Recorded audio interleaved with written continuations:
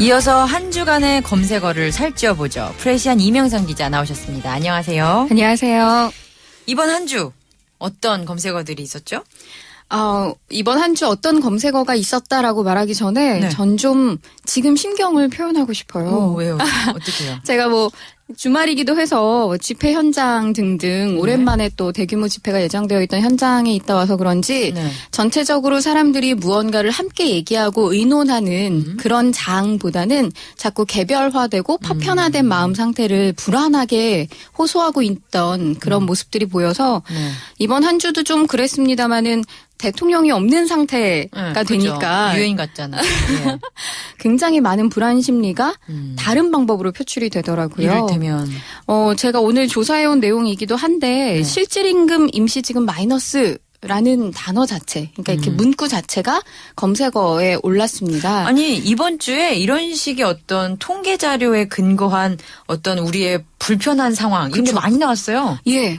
부동산만 해도요. 지방에 있는 한 시민 같은 경우는 60여 채 정도를 개인이 보유하고 있는 것으로 조사됐고 부럽네요. 또 최연소이면서도 많이 보유한 측에 드는 나이대가 19살 고등학생이었습니다. 예. 어떻게 보면 한 주 내내 정치권 자체도 깜깜하고 답답한 상황이었고 어제 10분 만에 본회의가 끝났잖아요. 너무 허무했죠. 그렇죠. 그 외에 서민 생활을 안정화시키겠다, 경제 활성화를 시키겠다 해서 어떻게 보면 시즌2 경제노믹스가 출범했음에도 불구하고 체감되는 건 없고 결과적으로 담배세라든가 주민세 등등으로 우리의 무언가 목줄을 조일 것 같은 불안 심리만 고조된. 그런 말씀이시군요. 예. 그래서 어떻게 보면 이 세월호 특별법과 관련된 파국을 헤쳐나가는 방법도 중요하지만 다른 한편으로는 다독여야 된다는 생각이 많이 들었어요. 보면 실질임금 임시직의 경우에는 마이너스다. 이게 보면 실질 임금이라는 게 이제 물가 상승률에 따른 임금이 어떻게 되나 이거죠? 네. 그래서 실제적으로 얼마만큼 구매하는지를 알 수 있는 척도입니다. 네. 그런데 지난 24일에 발표된 바에 따르면 임시직으로 일하는 노동자의 실질 임금이 0% 이하, 즉 마이너스로 떨어졌다라는 발표가 났어요. 줄었다는 거군요, 한마디로. 예, 맞습니다. 그러니까 돈은 벌고 일은 했는데 그만큼 생활소득이나 수준은 떨어졌다는 게 되는 거죠. 네. 그래서 상용직 노동자의 경우에는 0.2%에 그쳐서 작년과 비슷한 2분기에 소비보다 4,813원 늘어났습니다. 아니 0.2%라는 게 0%대 증가율이라는 것도 굉장히 이례적인 일이라고 하더라고요. 사실 증가라고 볼 수가 없는 거죠. 그렇죠. 정체되어 있는 거고 체증인 상태인 건데 임시직은 더하겠죠. 그러니까 오히려 0% 이하로 줄었습니다. 더 살기 어려워졌다. 한마디로 말하면 그거죠 뭐. 팍팍해졌다라는 거고 18,316원 정도를 줄였다는 거예요. 아하, 그렇군요. 그러니까 이 두 상용직 임시직 구별하지 않고 현재적으로 모든 것들이 정체 또는 침체 로 나타나고 있다라는 겁니다. 근데 이런 상태에서 이제 경제 활성화라는 정책을 내건 정부는 옳은 방향을 잡기는 한 건데 그 내용 하나하나를 살펴봤을 때 정말 체감할 수 있는 경제 활성화인지라는 거에서는 사람들이 다들 고개를 갸우뚱하는 거죠. 이를테면 반대로 우리가 이제 재벌, 이른바 재벌, 대기업들의 자산은 어떻게 됐나 그 시기 동안 이런 거를 따져보면 좀 비교가 될 것 같은데요. 어때요? 아무래도 서민 증세, 부자 증세 논란이 계속되고 있어서 그렇지 않아도 재벌의 자산 규모가 어느 정도 되느냐 이거 굉장히 핫 이슈입니다. 그리고 무엇보다 그 세금을 감면하는 데 있어서 기업 먼저라는 정서가 정부 정책에 자리 잡고 있기 때문에 살펴볼 만한데요. 지난해 기준을 로 자산 규모가 재벌의 자산 규모는 총 1,240조 원에 달했습니다. 그러니까 5년 전에 비해서 53% 늘어났습니다. 그래요? 그러니까 기본적인 노동자, 그러니까 우리 같은 사람들의 생활 수준 낮아지는 데 비해서 재벌들의 자산은 5년 전에 비해서 53.4% 늘어났다라는 말씀. 예, 국내 100대 그룹 같은 경우는 70% 이상 늘어났기 때문에 법인세를 납부하는 46만여 개 법인과 비교해도 이들이 차지하는 법인세는 3분의 1에 달하는 수준입니다. 아니 이 부분에서 좀 여쭙고 싶은 게 황교안 그 법무장관이랑 최경환 경제부총리가 최근에 기업인들 사면 얘기를 꺼냈잖아요. 그러면서 그것의 논거가 이들이 이제 나와서 경제 살리기를 한다면 굉장히 의미가 있다라고 했는데 이 5년 그러니까 자산이 늘어난 5년 동안 사실 재벌 총수들 되게 많이 나왔거든요. 구속된 네. 총수들. 그런데 뭐 별로 효과가 없는 것 같네요. 경제 살리기와 관련해서는. 그러니까 총수들의 어떤 여러 가지 벌금이라던가 아니면 지금처럼 옥내에서 나름 곱게 건강 투쟁하고 계시는 분들을 휠체어도 가끔 타시고 예. 자꾸 이렇게 어떤 혜택을 주는 이유는 한마디로 얘기해서 낙수 효과를 불러일으키라는 겁니다. 그러니까 고용 많이 하고 임금 올려서 소비 수준을 활성화시켜라라는 그렇죠. 건데 네. 지금 정부도 그렇고 전 정부인 이명박 정부도 그렇고 거기에 너무 목매고 있었던 거죠. 아니 낙수 효과 그거 작동을 안 한다는 게 지금 몇 대 정부에 걸쳐서 지금 증명이 됐는데 방금 말씀하신 수치에서도 증명이 된 셈이고 예. 왜 자꾸 그러는 걸까요? 뭐 일부 보수 언론의 이 보도 방향도 좀 주목해볼 필요가 있는데 네. 흔히 종편으로 대비되는 보수 언론 같은 경우는 이번 실질임금 마이너스 또는 이제 계속되는 평균 수치에서 늘어나지 않는 것과 관련해서 가장 큰 요인으로 네. 상여금 같은 특별한 임금이 주어지지 않았기 때문이다. 그래서 사람들이 씀씀이를 줄이고 구매력이 떨어졌다라고 보도를 하고 있어요. 다 어려워져서 그런 거야. 이런 그렇죠. 해설이군요. 그러니까 네. 너만 어려운 거 아니고 그리고 이제 기업들이나 여러 가지 것들 고용 창출 등의 효과로 이어질 경우 그로 인한 혜택이 너에게 주어질 테니 지금은 잠깐만 네, 조금만 참으면 돼. 이런 기업이 잘 돼야 상여금도 주지. 이런 거군요. 한마디로. 네.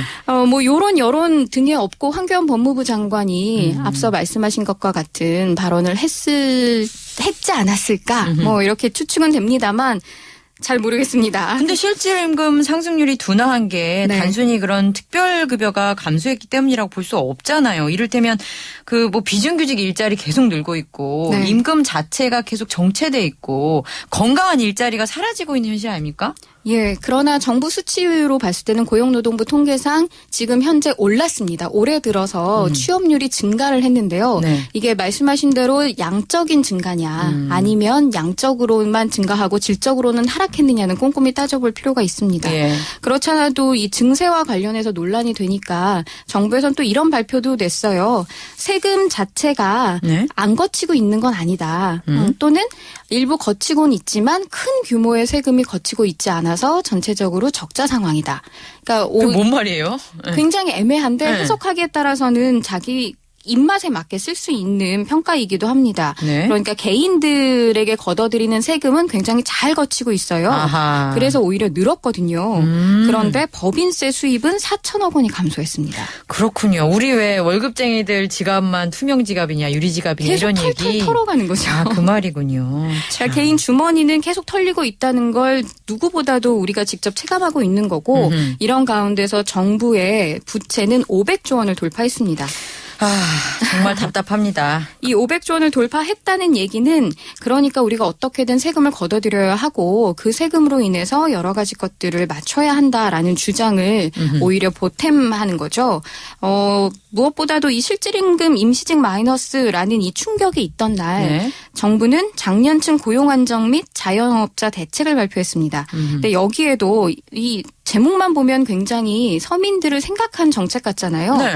근데 세수 확보를 위한 장치가 또 숨어 있어서 아니, 역시 꼼수 정책이라는 비난을 여기에서 세수 확보하면 또 서민들 상대잖아요. 그렇죠. 네. 그러니까 17,000여 무료 공영 주차장을 유료화한다. 아, 공영주차장 또 우리 같은 사람들이 쓰는 건데.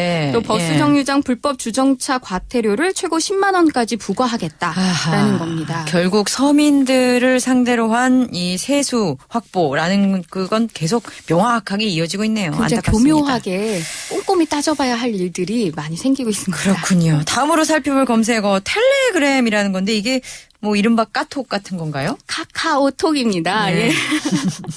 오늘까지 예. 4일 연속 무료 앱 다운로드 순위 1위의 역할을 하고 있는데 지금도 뭐 검색어 상위권에 계속 올라가 있어요. 이게 왜 이렇게 인기가 많은 거예요? 한마디로 얘기해서 이 텔레그램이라는 거는 우리나라식 카카오톡이면서 러시아 개발자가 만든 그리고 독일에 서버를 둔 모바일 메신저입니다. 네. 그런데 이 텔레그램을 만든 사람 자체가 러시아의 저커버그라고 불릴 만큼 예. 어떤 새로운 IT를 개발하는 데 있어서 굉장히 선도적인 역할을 했거든요.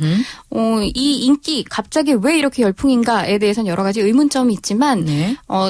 단적으로 사회적 현상과 맞물려서 생각해 볼 수 있습니다. 어떻게요? 역시도 정부의 어떤 말과 관련해서 살펴볼 수 있는데 지난 12일이죠. 그러니까 박근혜 대통령이 캐나다와 미국을 국빈 방문하기 전에 국무회의에서 대통령 모독죄가 도를 넘고 있다라는 발언을 하면서 예. 나왔던 구체적인 숙제라고 할 수 있는 것 중에 하나가 네. 사이버상의 유언비어를 단속하라였습니다. 아, 이렇게 되는 거군요. 유언비어 단속 이런 게 결국 카카오톡 같은 데서 이루어질 것이니까 네. 카카오톡 대신 그런 단속에서 좀 자유로울 수 있는 것을 찾아보자. 네. 그게 텔레그램이었다. 이렇게 이해할 수 있는 거군요. 한마디로 사이버상 망명을 떠나는 아, 사람들이 늘었고 예. 그로 인해 갑자기 텔레그램을 다운로드하는 횟수가 늘었습니다. 아, 저도 빨리 받아야겠다는 생각이 드는데요.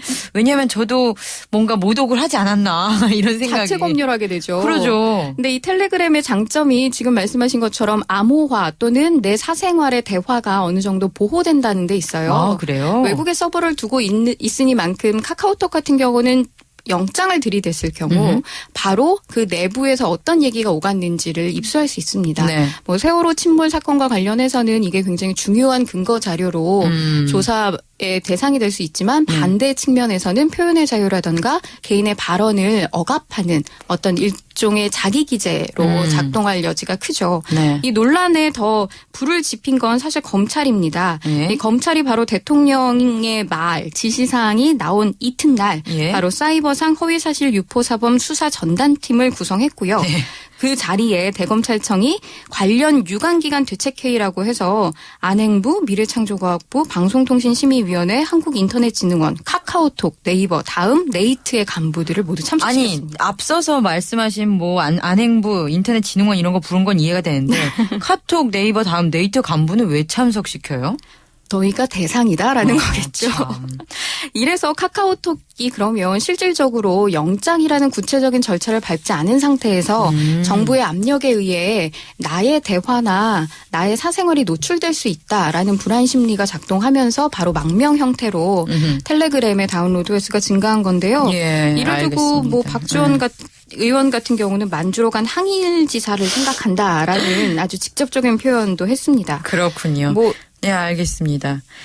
이 이명박 정권 당시에 그 네. 개인 메일을 국내 업체에서 해외 업체인 구글로 옮긴 것과 그렇죠. 좀 비슷한 상황인 것 같네요. 그때도 불안 심리였잖아요. 예, 이런 그리고 상황이 왜 자꾸 발생한지 모르겠는데 좀 안 그랬으면 좋겠네요. 여기까지 들을게요. 감사합니다. 비판할 자유를 달라. 고맙습니다. 프레시안 이명선 기자였습니다.